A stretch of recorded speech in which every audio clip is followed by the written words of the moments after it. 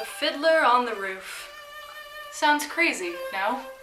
But in our little village of Power 2, you might say every one of us is a fiddler on the roof, trying to scratch out a pleasant, simple tune without breaking their neck.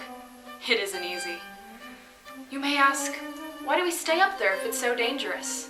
We stay because Power 2 is our home. And how do we keep our balance? That I can tell you in one word. Tradition.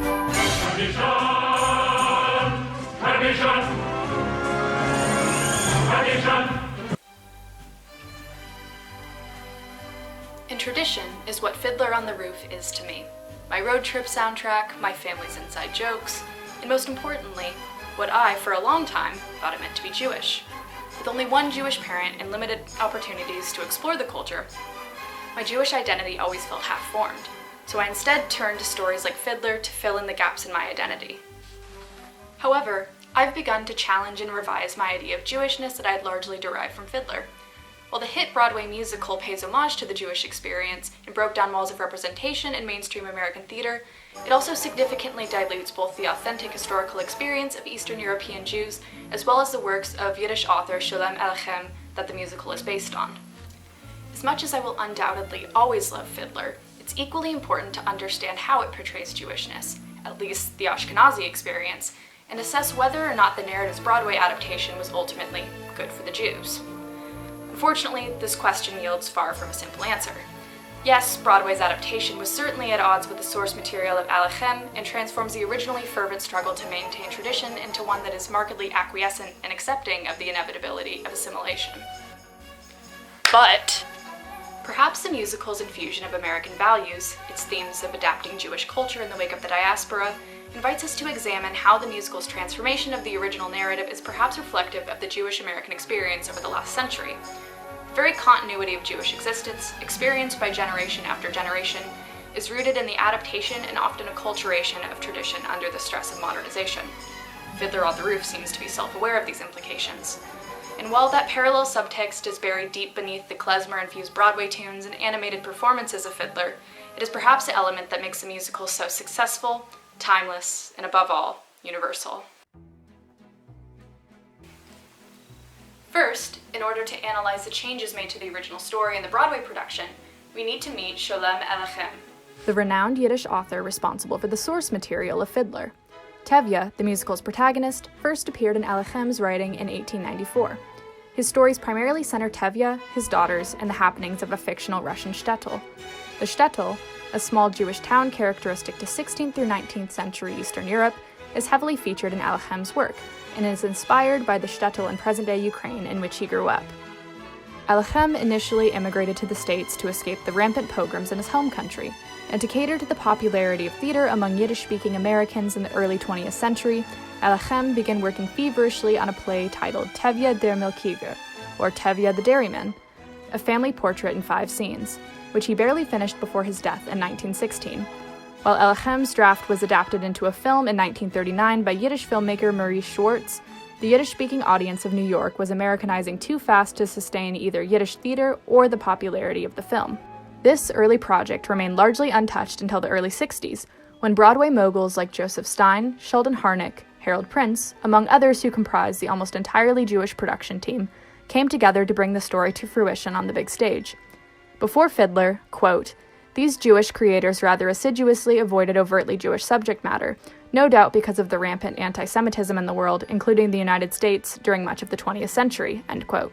This was the first major theater production to center Judaism in its narrative. The creators also took heavy creative inspiration from Jewish artist Marc Chagall's paintings. These works not only inspired the musical's name, but their whimsical yet melancholy aesthetic became integral to the set design. Despite Fiddler's initial popularity and critical acclaim, many Jewish scholars and cast members took issue with how the musical portrayed certain aspects of Jewishness. In theater critic Robert Brewstein's article Fiddlestick, he details some of the central conflicts that emerged at the onset of performing. The show's Tevye, the outspoken and vivacious Zero Mostel, butted heads with the director Jerome Robbins over how Jewish the show really was.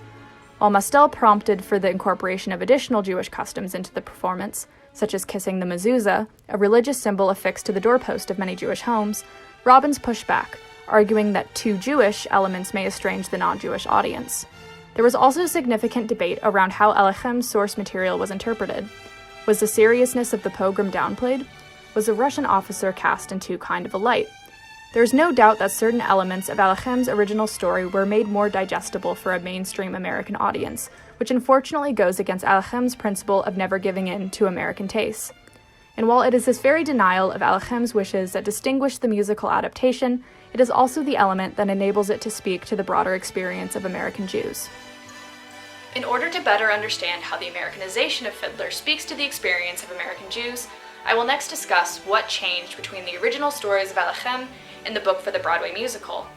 Perhaps the most jarring difference between the two is their portrayal of Tevye and his openness to accommodating and adapting tradition. Alechem's Tevye remained aggressively firm in his convictions. The original stories deal with how Tevye responds to the external threats of economic tension and anti-Semitism, and the internal threats of Western ideals of individualism and freedom of choice, as described by UT Austin professor Seth Wolitz in his essay, The Americanization of Tevye, or Boarding the Jewish Mayflower. Under these pressures, Tevye must additionally navigate the marriages of his daughters and fight to uphold both his own values and the disintegrating values of the community. In Tevye's narrative conclusion, he ends up alone and wandering, abandoned in values by his family. Notably, he strongly disliked America and its ideals. In contrast, the musical Tevye not only brings his entire family to America, but he consistently fantasizes of an American bourgeois life throughout. I mean, just look at the lyrics to If I Were a Rich Man. In this, the musical Tevye seems to doubt tradition from the very beginning. Even the marriage of Tevye's daughter Kava to a Gentile is met with comparatively little resistance. Although, while this instance of assimilation of tradition diverges from the strong convictions of Alechem's Tevye, it reflects a greater sacrifice made to maintain family in a time of violent uncertainty. Another criticism faced by the creators of Fiddler deals with their portrayal of the fictional shtetl of Anatevka. In the original text, Tevye lived in the countryside, and in the musical, they placed him in a more stereotypical shtetl, thus simplifying the complex history of the Eastern European Jewry. The creators of the musical, though Jewish, are American-born, and had to rely on art and photographs, not memory, to create the fictional shtetl. To again reference Wolitz, quote, "Their shtetl image, therefore, necessarily reflects a mythicized past, and their Tevye figure is its best personification," end quote. Mythicized is an important word here. In order to understand the mythos of the shtetl, we must return to Sholem Alechem. Although Alechem was intimate with the shtetls of Eastern Europe, his description of them falls under a pattern of idealization carried out by many prominent Jewish writers. The destruction of the shtetl in the wake of pogroms, the Russian Revolution, and the Holocaust contributed to the widespread use of nostalgic myth and memory to describe what was in fact, quote, "a real historical and geographic entity," end quote. The literary critic and historian Dan Miron proposes a hypothesis that in Jewish literature, the image of the shtetl is created under an ideal image of an unadulterated Jewish world, as done so by Alechem. However, as with any small community, these shtetls were fraught with class and status division that engendered tension among inhabitants. Quote, "These were demographically Jewish islands, not enclaves of ideal Jewishness," end quote.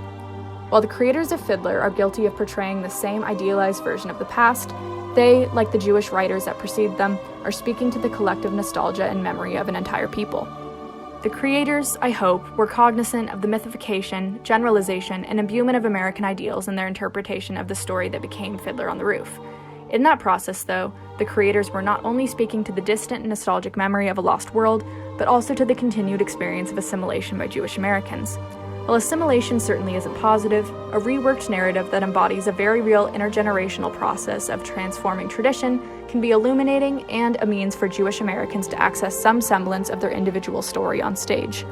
And, while nuances of the musical are only applicable to the Ashkenazi Jewish experience, the sacrifice of tradition to American ideals is a process shared by all immigrants in some way or another. Joseph Stein, the librettist of Fiddler, recalls a comment made to him by a Japanese producer on opening night. Quote, "The Japanese producer turned to us and said, 'Tell me, do they understand the show in America?' I said, 'What do you mean?' He said, 'It's so Japanese,' end quote. Thus, Fiddler has not only become a mouthpiece for collective Jewish memory and tradition, albeit generalized, but a timeless story about what it means to immigrate to America. The Broadway adaptation adaptation of Sholem Alechem's stories takes an already mythicized portrait of Jewish history and imbues it with the same American pressures that shaped and continue to transform the traditions of Jewish Americans.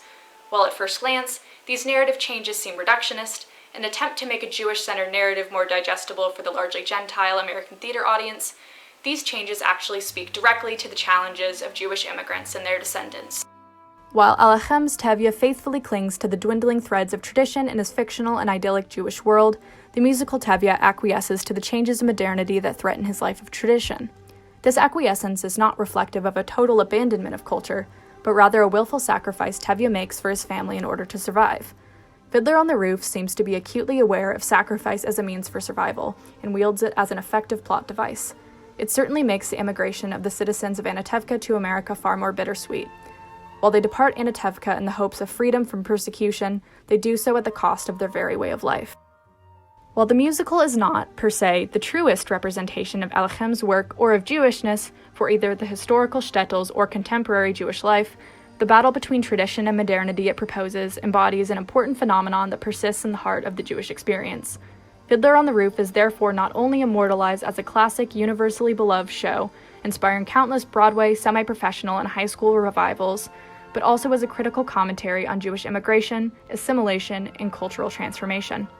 Fiddler tells the quintessential Jewish story again and again, bending and transforming it to align with the current impacts of modernity on tradition.